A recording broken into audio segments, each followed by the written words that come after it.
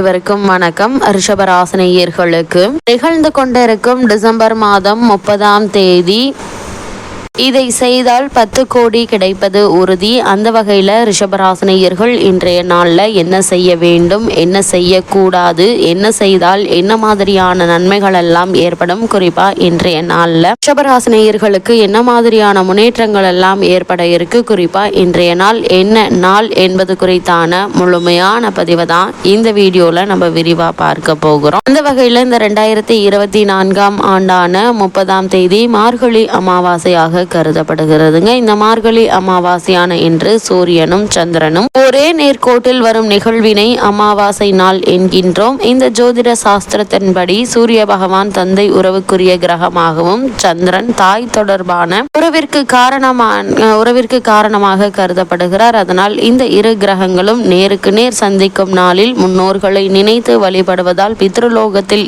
அவர்களுக்கு நற்கதி கிடைக்கும் என்பது ஐதீகம். அது மட்டுமில்லாமல் இந்த அமாவாசை என்று தர்ப்பணம் கொடுத்து வழிபட முடியாவிட்டாலும் முன்னோர்களை நினைத்து எள்ளும் தண்ணீரும் கண்டிப்பாக இறைக்க வேண்டும். தெய்வங்களை வழிபடுவதற்கு எத்தனையோ விரத நாட்கள் இருந்தாலும் முன்னோர்களை வழிபட்டு அவர்களுடைய ஆசியை பெறுவதற்கு உரிய நாளாக அமாவாசை மட்டுமே கருதப்படுகிறது. மற்ற விரத நாட்களுக்கு எப்படி விதிமுறைகள் உள்ளதோ அதே போல் அமாவாசை நாளில் சில விஷயங்களை கண்டிப்பாக செய்ய வேண்டும், சில விஷயங்களை கண்டிப்பாக தவிர்க்க வேண்டும் என்ற விதிமுறை உண்டு. அந்த வகையில் மார்கழி அமாவாசை நாளில் என்னென்ன விஷயங்களை செய்யலாம், எவற்றை எல்லாம் தவிர்க்க வேண்டும் என்பதை தெரிந்து கொள்ளலாம். அந்த வகையில் மார்கழி அமாவாசையை பொறுத்த வரைக்கும் பக்தி செய்வதற்குரிய மிக உயர்தரமான மாதகமாக கருதப்படும் மார்கழி மாதத்தில் வரும் ஒவ்வொரு நாளும் ஒவ்வொரு திதியும் சிறப்புக்குரியதாகுங்க. அதிலும் அமாவாசை, பௌர்ணமி போன்ற முக்கிய விரதம் மற்றும் வழிபாட்டு நாட்களில் மார்கழி மாதத்தில் வரும்போது கூடுதல் சிறப்பு பெறுகின்றன. பொதுவாகவே அமாவாசை என்பது முன்னோர்களுடைய வழிபாட்டிற்குரிய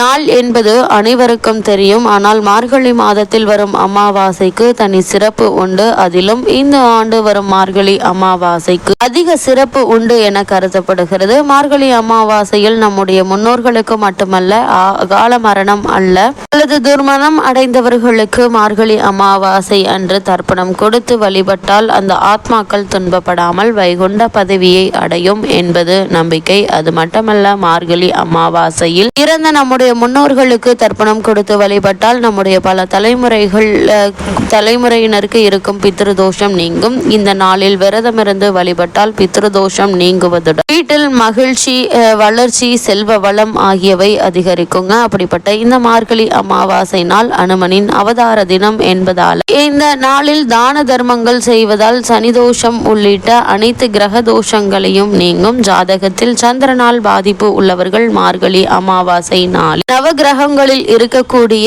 சந்திர பகவானுக்கு விளக்கேற்றி வழிபட்டால் அல்லது சிவபெருமானுக்கு விளக்கேற்றி வழிபட சந்திரனால் ஏற்பட்ட தொல்லைகள் நீங்கும். இப்படி பல சிறப்புகள் மிகுந்த மார்கழி அமாவாசையில் என்னென்ன விஷயங்களை செய்யலாம், என்னென்ன விஷயங்களை செய்யாமல் தவிர்க்க வேண்டும் என்பதை பற்றி பார்க்கும்போது இன்றைய நாளில் பித்ருக்களை நீங்கள் வழிபடுவதன் மூலமாக உங்களுடைய வாழ்வில் ஏற்பட்டு கொண்டிருக்கும் அனைத்து துன்பங்களும் நீங்கி செல்வ வளம் பெருகும் என்பது ஐதீகமாக உள்ளது.